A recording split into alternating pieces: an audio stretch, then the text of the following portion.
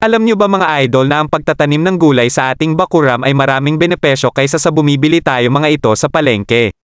Una na nga rito ay ang kasiguruhang ligtas ang gulay na ating kinakain dahil sariwa ang mga ito at walang mga chemicals na inihahalo.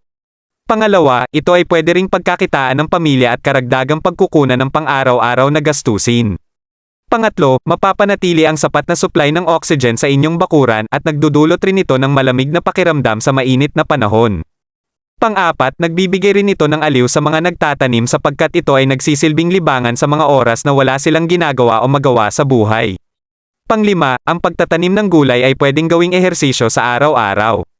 Alam naman natin mga idol na napakahalaga ng pag-eehersisyo upang mapanatili ang lakas ng pangangatawan at resistensya na kailangan natin upang labanan ang anumang sakit.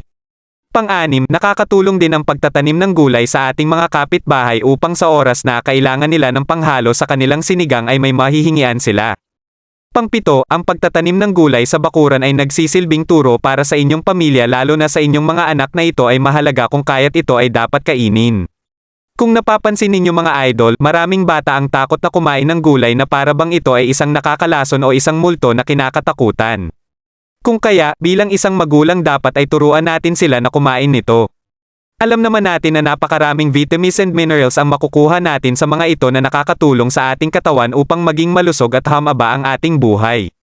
Pangwalo, marami rin sa mga gulay na may angking healing properties na nakakagamot ng mga sakit sapagkat ito ay nagtataglay ng mga organic na kemikal na pumupuksa ng mga bakterya. Karamihan rin sa mga gulay ay ginagamit panggamot sa mga sugat katulad ng malunggay, alugbati at iba. Iyan po mga idol ang 8 benepisyo ng pagtatanim ng gulay sa ating bakuran.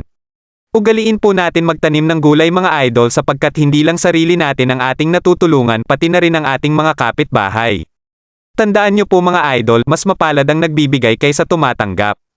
Kaya pag nagtanim po tayo, damihan na po natin or sakupin na natin ang ating kapitbahay. Tandaan din po natin mga idol na ang gulay ay pangpahaba ng buhay.